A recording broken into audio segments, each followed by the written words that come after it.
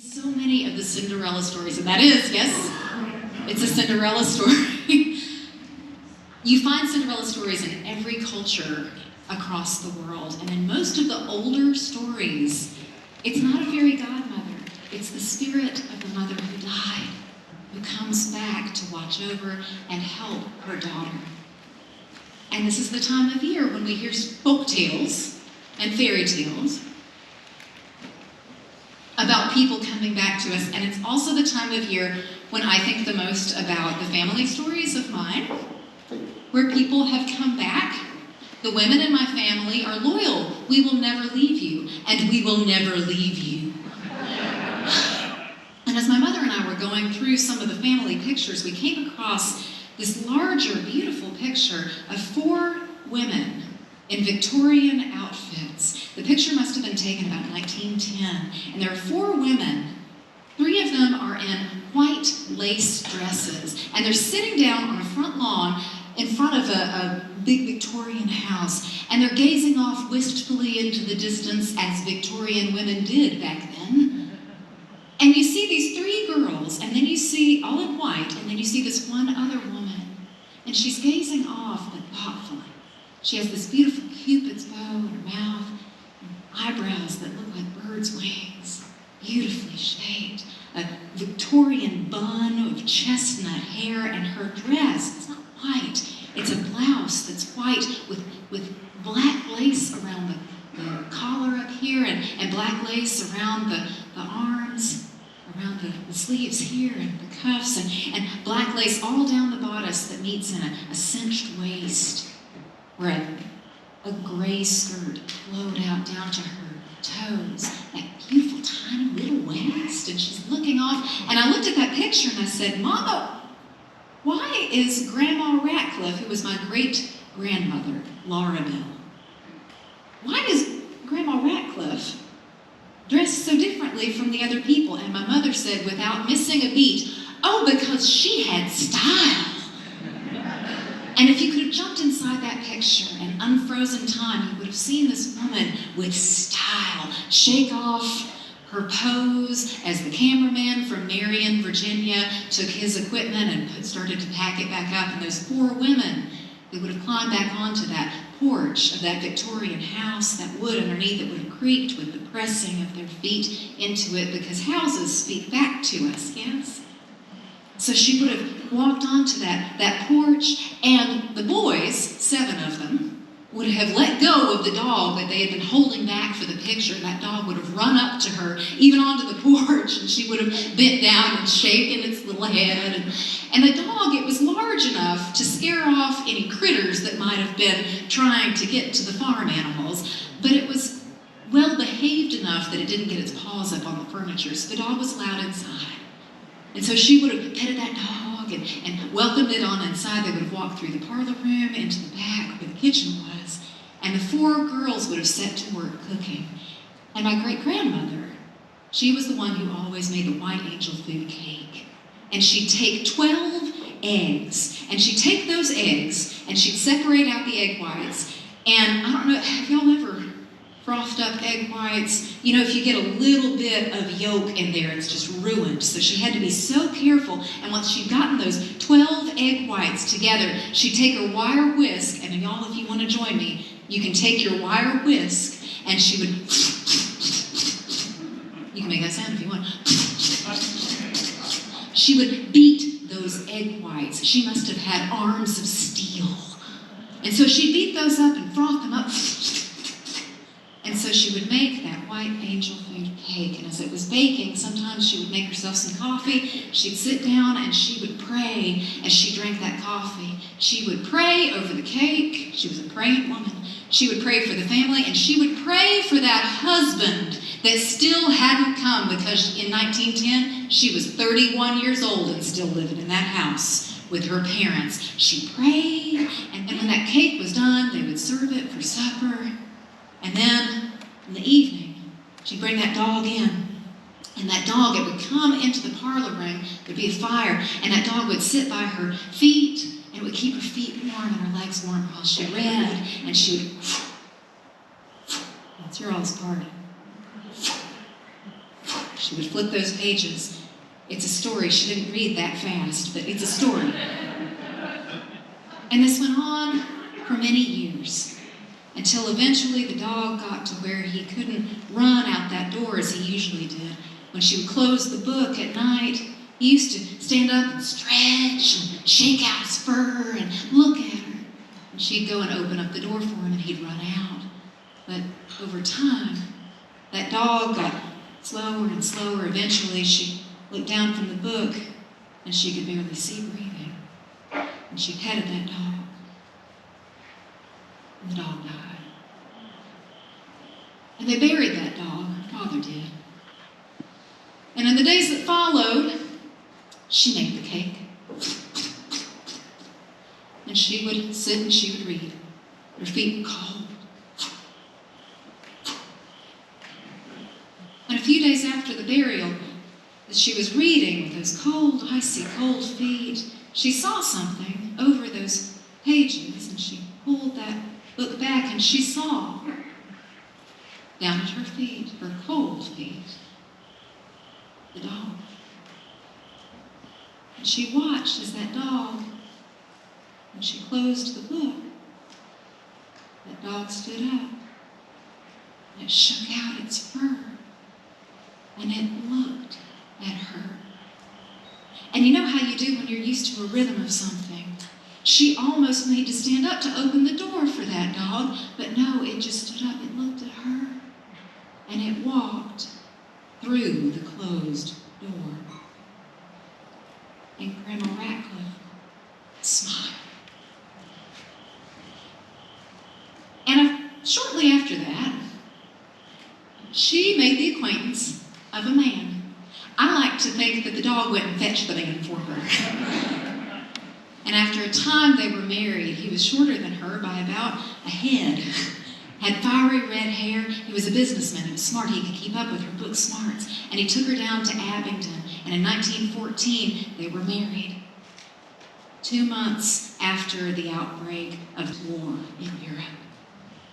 And he came, this tiny little man, he picked her up and he carried her over the threshold and he set her down. And she heard a sound. It was her wedding gift. It was a clock. That's your all's part. That clock ticking on the mantelpiece. It was an old oak clock, but it was new then. And it had a glass front door with a beautiful golden picture of a griffin with lion's paws, a slender neck, and the eagle's beak. The griffin was painted on the front in gold of that glass door, and the pendulum swung behind it. And she heard a second sound, and she looked over in the doorway, and she saw there were 2 children. He was a widower. And she saw his young son and teenage daughter. And she came over, and she took those children by the hand, and she led them into the kitchen, where she got out 12 eggs. And she began, you can join in if you want. She made the cake for them, and then she sat down and she read to them. And at night they all went to bed to the sound of that clock, and that was the rhythm of their life. And after time, her belly grew. She had her first baby. It was born blue, but she lived. She was never quite as smart as the other children, but she grew up kind. Her belly grew again. She had a pink-cheeked daughter who would run around the farm, became a farmer herself. Her belly grew a 3rd time. She had a girl who had her own, Grandma Ratcliffe's own Cupid's bow mouth, and her chestnut hair, but crippled feet, as they called them. She needed several surgeries till she could walk, but once she walked, you could not stop her. That was my grandmother. And she would cook for the girls and teach them how to make the cake, and as she did, she would tell them all the stories about how to read the coffee grounds, about the dog who came back, who she saw. She would read to them at night. And time passed. 2 of those girls got up and they grew up and they got married. They had electric mixers. Great-Grandma Ratcliffe's hair turned white. I don't think it was because of the electric mixers, but we can never tell. And she aged, and she would walk with a cane later in life, and you could kind of hear her coming. Over time, her husband grew sick, he died, they sold the farm, and she and the girl who had been born blue, they would travel from family member to family member's house. And one evening, when she was at my Aunt Evelyn's house, my great Aunt Evelyn, she went up the stairs one night. I could hear her. And the next morning, she came down. She didn't need the cane. And she was having the best day that she had had in years. And they were excited. They thought she would live a lot longer. No. I'm having a good day today, but by midnight, I will be gone. Sure enough, she took up the cane midday. She walked up those steps, and it was the last time she walked up those steps by the stroke of midnight. She was gone. They had the funeral. They had the burial. And the night of the burial, they were all sitting down in that lower room. And they were laughing, they were talking. Along about midnight, they looked at each other, almost afraid to admit that each of them heard something. It was a very familiar sound coming from upstairs.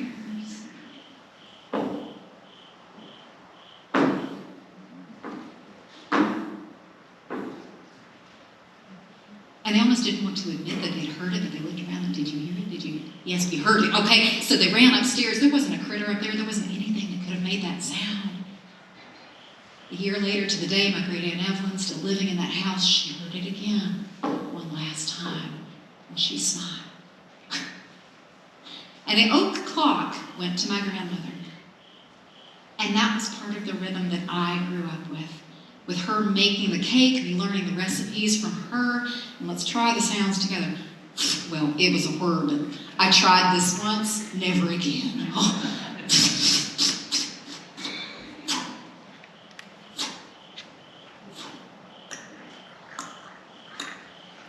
Those were the rhythms of my childhood, and it meant home. And my grandmother, when she and my grandfather were in hospice together at that home, the last night that she was conscious, when my grandfather was coming in to see her, she said, "Somebody put lipstick on me," because she had style to the very end, just like her mama. They put the lipstick on her. She lost consciousness, and 2 days later she was gone. They had the funeral. They had the burial. But I knew all these stories. I knew if anybody was coming back, it was Nana. And a week after she was buried, I came back to see my grandfather. I was living out of state, and I drove straight in to see him one Friday night. It was about 11 o'clock at night, and I came in, and I stepped in that front room, and as I stepped in, those boards, they creaked, and they spoke back to me, because houses speak back to you. Houses are never silent. So I stepped on those boards, and I walked through where the kitchen was, and there were 3 helpers there who had been working with my grandparents for years, helping them with their medicines. And I said hello to them. I went straight past them into the den where my grandfather was. He was unconscious. But I went straight over to him, past the mantle of clocks with that oak clock in it, and I walked over to him, and I held his hand.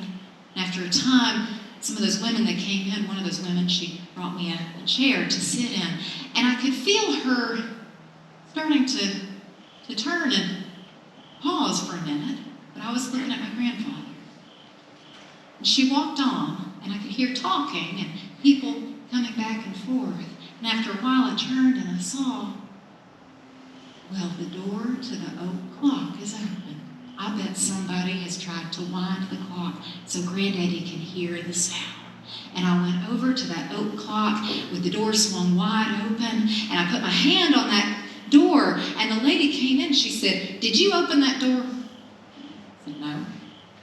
"Well, I'm never coming back here again." She told me about the whole week beforehand, how they woke up to the sound of labored breathing like Nana had in that back room, how a person had come to visit with a dog, and the dog would stand in the hallway and would yipe back and bark back at that room where my grandmother had been. She said, I come in here I brought you that chair. Now, earlier I'd come in here and none of those clocks was open. And I come in here and I brought you that chair. I turned around and that door was open.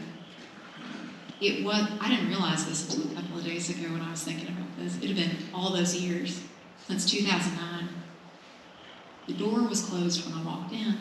And when I turned around, it was open. And I said out loud in the moment, as I closed that door, I said, "Hello, Nana." And I closed that door. And that clock sits on my mantle now. And the latch that held that door closed has not failed. Hadn't failed in over 100 years, and I don't expect it to again. But I do expect the women in my family to come back and visit me again from time to time. Because that's what the women do. My mother came back a couple of years ago after she passed away. She was a presence. It felt like being held all over. And when I felt her there, it was unmistakably her. And I jumped up and I ran to my closet to get this red dress that I had just bought because I knew Mama would want to see it because Mama had style. So I ran to get the dress and said, "Mama, look at the dress." And I held it up to me and I could feel her all over. The women in my family come back. And I expect someday I'll come back too. I may just come back here. But whenever I come back and however I come back, I hope, Lord willing, that I come back in style.